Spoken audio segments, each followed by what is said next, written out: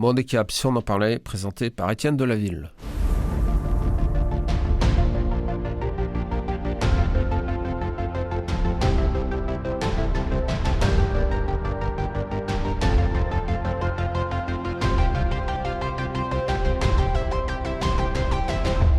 Bonjour à tous, nous avons le plaisir de recevoir pour cette nouvelle émission les responsables du comité de Nantes du pèlerinage national de Lourdes du groupe des malades. Donc Marie-Noëlle Pinault, présidente du comité de Nantes. Bonjour Marie-Noëlle. Bonjour.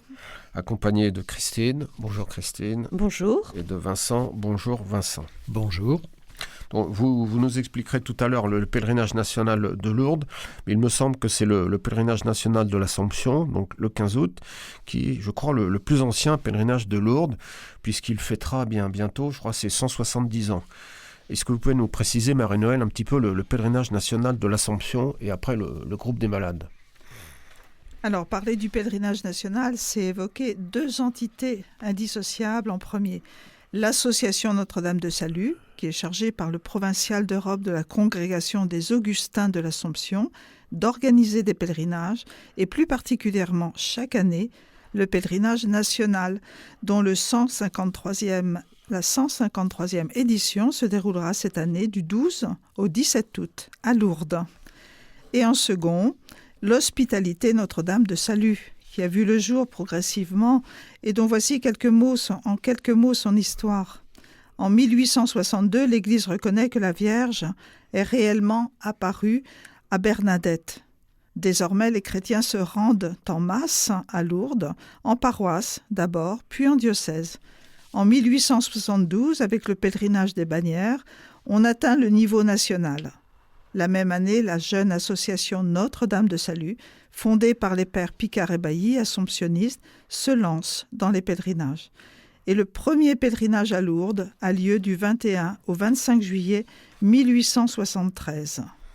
Ce pèlerinage va prendre le nom de national parce qu'il voulait constituer une démarche de la France entière au pied de Notre-Dame de Lourdes et parce que les participants venaient prier pour leur pays. On continue à appeler national le pèlerinage conduit à Lourdes par les pères assomptionnistes au moment du 15 août. On entend par là que les pèlerins venant de toutes les provinces de France sont invités à prendre en charge leur pays dans leurs prières. En 1876, 3 petites sœurs de l'Assomption vont s'employer à s'occuper des personnes malades à Lourdes. Elles étaient 25 en 1879, mais ne suffisaient plus à la tâche. C'est alors que naquit l'Hospitalité Notre-Dame de Salut. Et les hospitaliers ont commencé à servir à Lourdes dès le national 1881. Et depuis lors, l'histoire de l'hospitalité se confond avec celle du pèlerinage national. Alors je crois que vous êtes responsable plus spécifiquement d'un groupe de malades au niveau du comité régional de Nantes. Est-ce que vous pouvez nous expliquer en quoi ça consiste et comment vous organisez ? Alors je vais laisser la parole à Christine qui s'occupe des inscriptions des personnes malades. Donc moi je suis Christine, infirmière à la retraite maintenant et je m'occupe de l'inscription des malades pour le pèlerinage national. Lors du pèlerinage national, le service aux personnes malades, fatigables ou en situation de handicap est l'essence même du pèlerinage à Lourdes. Étant infirmière du comité de Nantes, je m'occupe de l'inscription et des dossiers de toute personne ayant des soucis psychologiques ou physiques. Nous emmenons des personnes de tout âge, des jeunes et jusqu'à 100 ans cette année sans problème particulier, sauf fatigabilité due à l'âge. Nous partons en car PMR, donc adapté au fauteuil, et pendant le trajet, on vous donne un ange gardien qui veille sur vous pour vous donner tout ce dont vous avez besoin. Il y a aussi médecins et infirmières dans le car. Les personnes ayant des troubles cognitifs ont un encadrement spécial. Cela ne nous pose pas de problème. Si vous avez envie de venir, surtout n'hésitez pas à nous contacter, car vous serez pris en charge avec 2 hospitaliers pour vous aider, à vous doucher tous les matins, aide à l'habillage, pour manger, bien sûr en fonction de votre autonomie. Et toujours les mêmes, ce qui crée des liens. Et aussi toujours le même brancardier pour vous emmener aux messes ou différentes activités pour toutes les personnes. Il y a des voitures de Lourdes pour vos trajets. Ainsi, vous sortez sans fatigue et vous êtes protégé du soleil. À savoir que pour tous les malades, il y a un dossier médical à remplir pour une bonne prise en charge. Il y a plusieurs possibilités de pèlerinage en fonction de votre handicap. Pélémassabielle, éveil, pour les jeunes handicapés moteurs ou mentaux lourds, ou légers de 15 à 25 ans. Le service Handimission et Magnifique Café, pour ceux de 15 à 65 ans qui ont une fragilité physique ou mentale, nécessitant une adaptation et désireux de se mettre au service au sein du pèlerinage national. Le Pélé Espoir pour les handicapés mentaux lourds de plus de 30 ans. Si vous connaissez des personnes fatigables, âgées, malades, n'hésitez pas à nous contacter. Alors, très concrètement, cette année, donc, vous avez un groupe de combien de malades ou de personnes fragiles On espère 60. Oui, c'est à peu près ce que vous avez tous les ans. Non, on en a moins d'habitude, mais cette année, on a fait une information au niveau des maisons de retraite, donc on en a un peu plus cette année. Parce que je suppose qu'il faut, après l'accueil logistique, que c'est une énorme organisation. Tout à fait. L'écart PMR, et que c'est pas simple. Non. Je suppose que les piscines, je ne sais pas si elles sont rouvertes cette année ou... Absolument. Oui. Toutes les piscines sont réouvertes cette année. Oui, ça c'est une grande première. Ce sont les sanctuaires de Lourdes, bien sûr, qui décident de cela. Et à côté des bains proposés aux piscines, il y aura toujours le geste de l'eau qui est donné non pas au niveau des piscines, mais plutôt un peu plus loin dans la prairie. Mais ce sont deux choses tout à fait permises et puis autorisées donc par le sanctuaire et que les pèlerins aiment beaucoup faire. Parce que pour avoir discuté avec des malades, je sais que pour eux, la piscine, c'est vraiment un moment très important. Oui. D'ailleurs, Vincent, vous nous en parlerez tout à l'heure, mais je connais même un malade qui avait une sclérose en plaques. Enfin, il n'est pas encore reconnu, son dossier est en cours. Et après la piscine, il a quitté son brancard et il a pu marcher normalement. Oui, tout à fait. Oui, nous avons connu nous-mêmes une miraculée de Lourdes, sœur Bernadette Morio. Et oui, c'est vraiment le bain des piscines est toujours chargé d'un grand espoir pour chacun. Ouais. Et moi-même, je suis piscinière depuis de très nombreuses années et j'avoue être toujours excessivement émue de faire le geste pour toutes les pèlerines. Marqué Bernadette, avec ce prénom, on est prédestiné pour être miraculé. Exactement. Si je puis me permettre.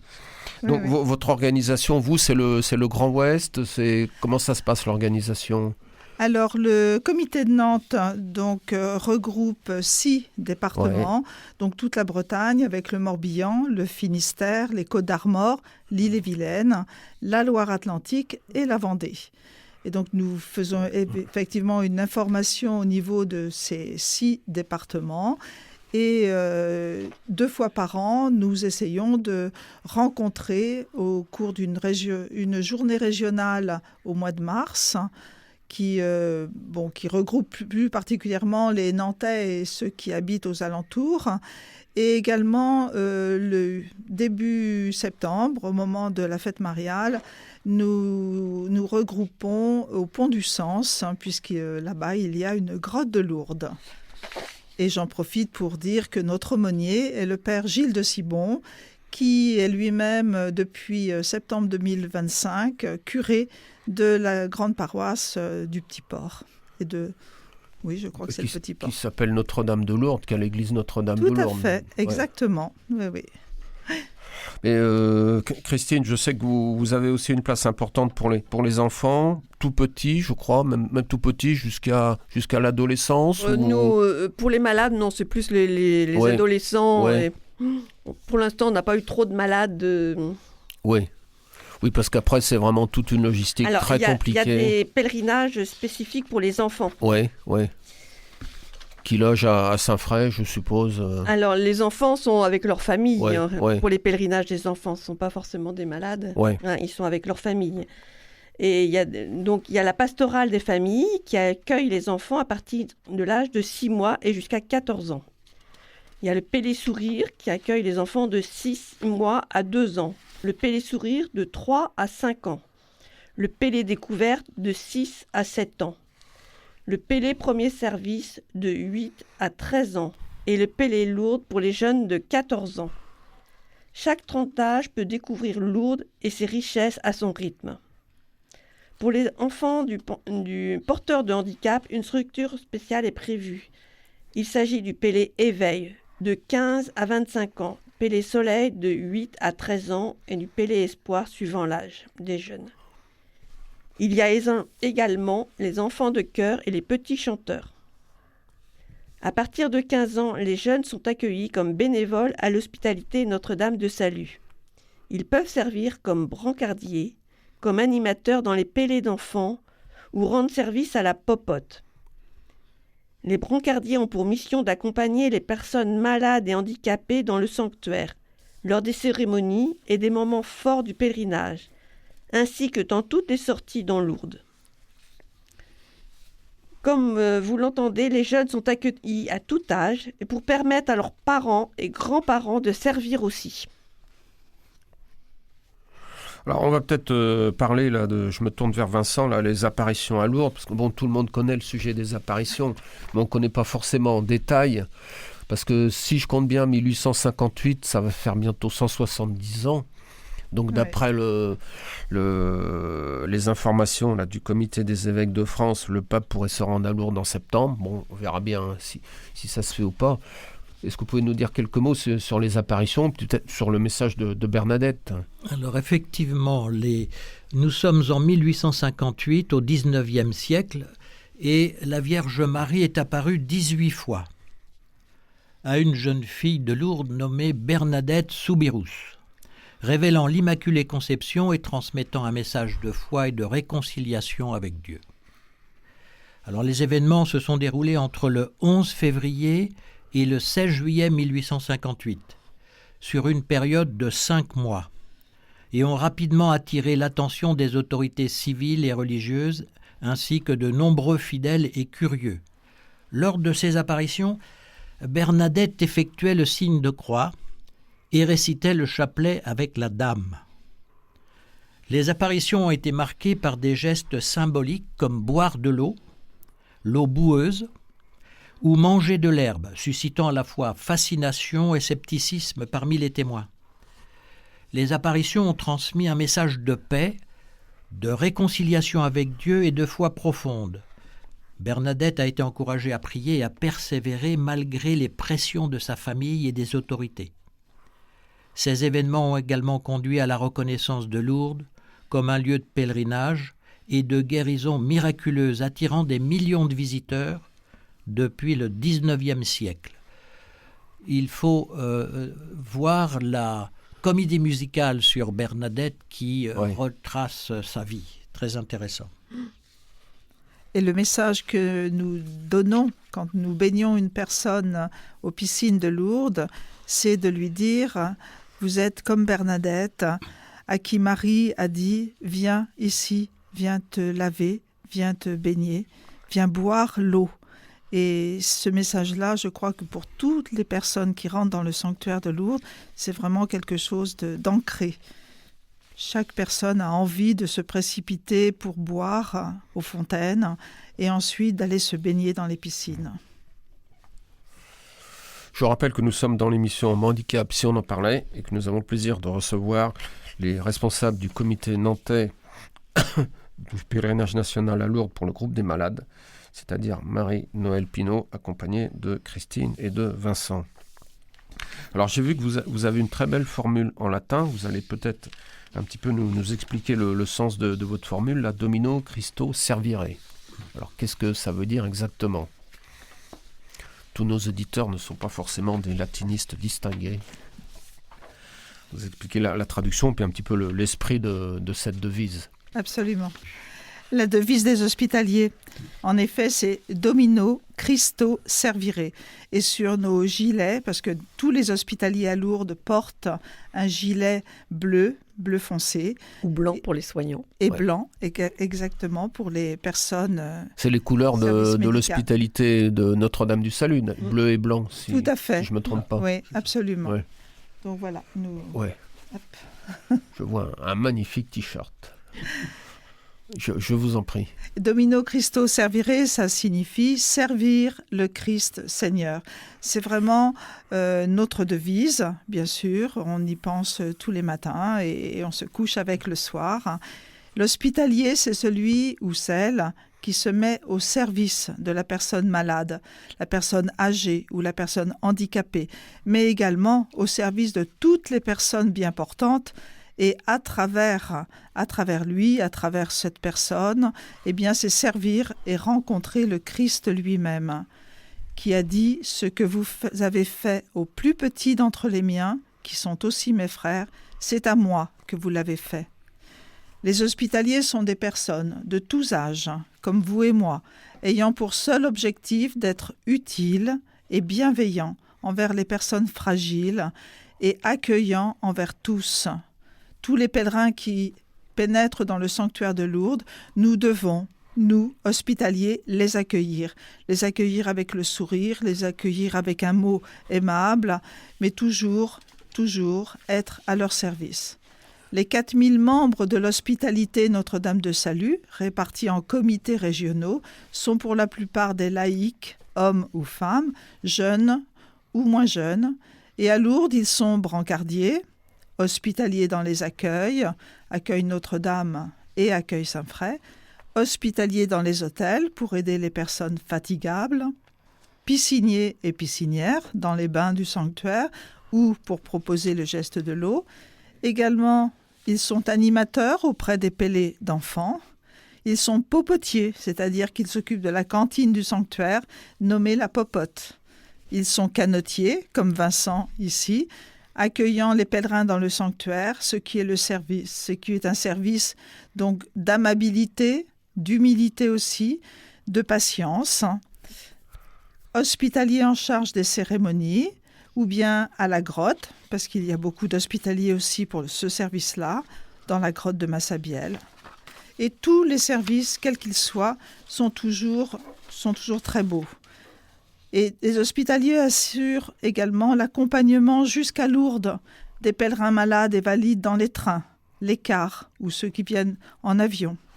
Toute l'année, ils restent en lien avec les pèlerins de leur région en assurant diverses animations et rencontres. Je vous ai parlé tout à l'heure de la rencontre régionale que nous organisons avec donc tout le comité de Nantes une fois par an.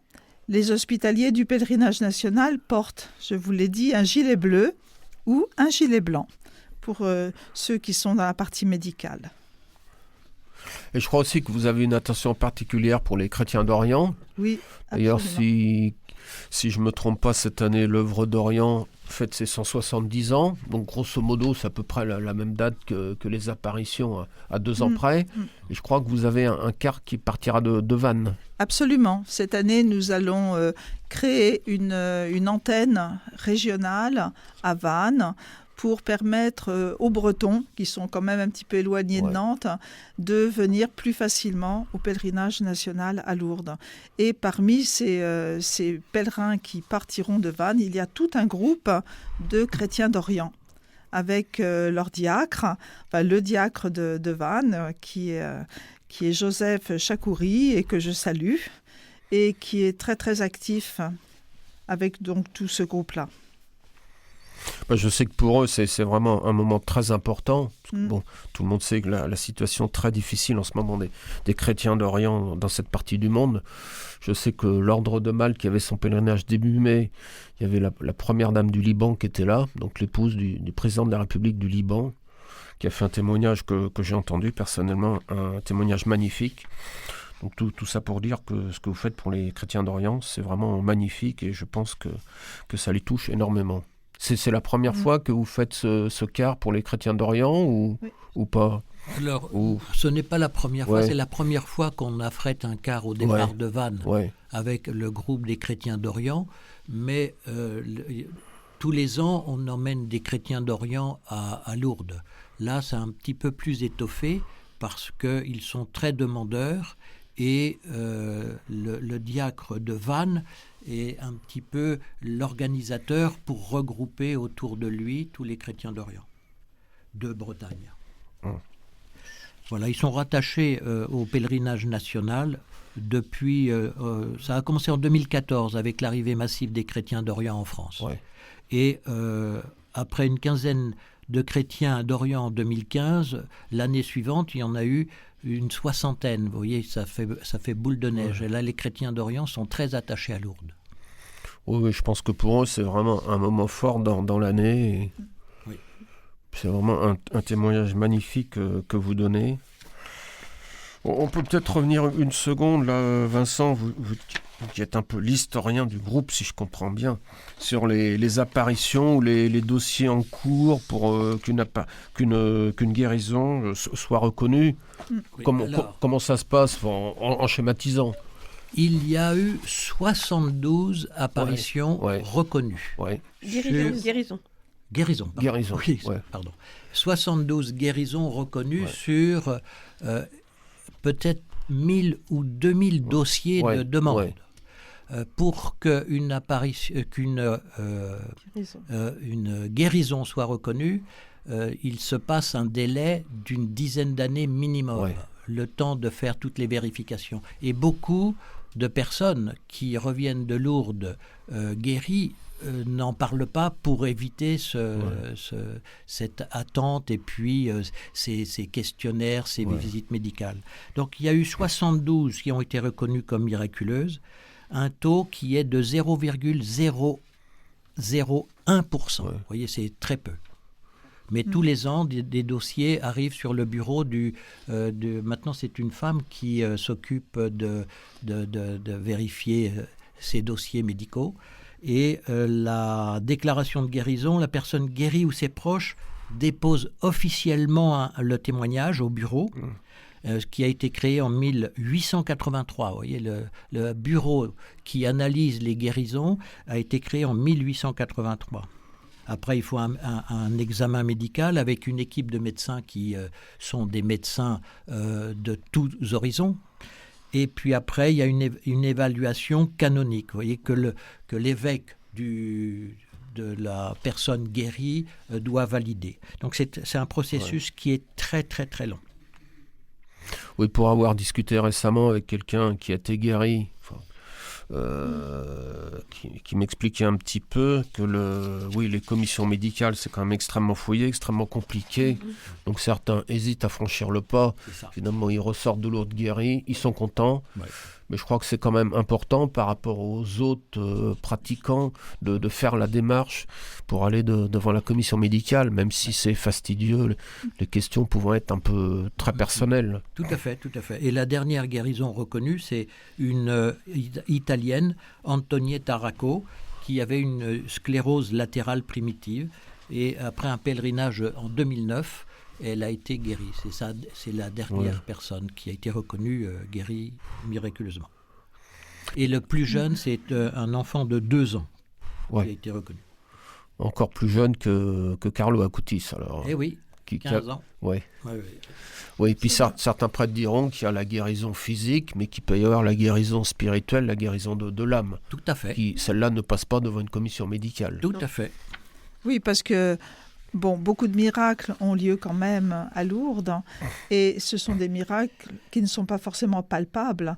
Mais quand on revient de Lourdes avec des pèlerins, des personnes malades, très âgées et handicapées, qui ont le sourire et qui ne semblent pas avoir souffert de 5 jours de pèlerinage, alors que c'est quand même pour elles un petit peu lourd, un petit peu compliqué, eh bien, pour moi, c'est déjà un premier miracle. C'est de pouvoir ramener ces personnes heureuses et qui nous disent à la sortie du car, l'année prochaine, je serai encore là, je repars avec vous.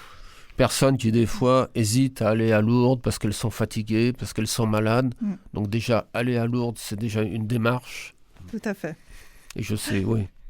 Et puis après, je suppose que au mois de mars, quand vous vous rencontrez à la grotte du Pont du Sens, c'est très important pour ces personnes de se retrouver. Exactement, oui, oui. Beaucoup de joie et beaucoup de connivence. Nous sommes tous très, très heureux les uns et les autres de nous retrouver, de parler, de prendre des nouvelles des uns et des autres.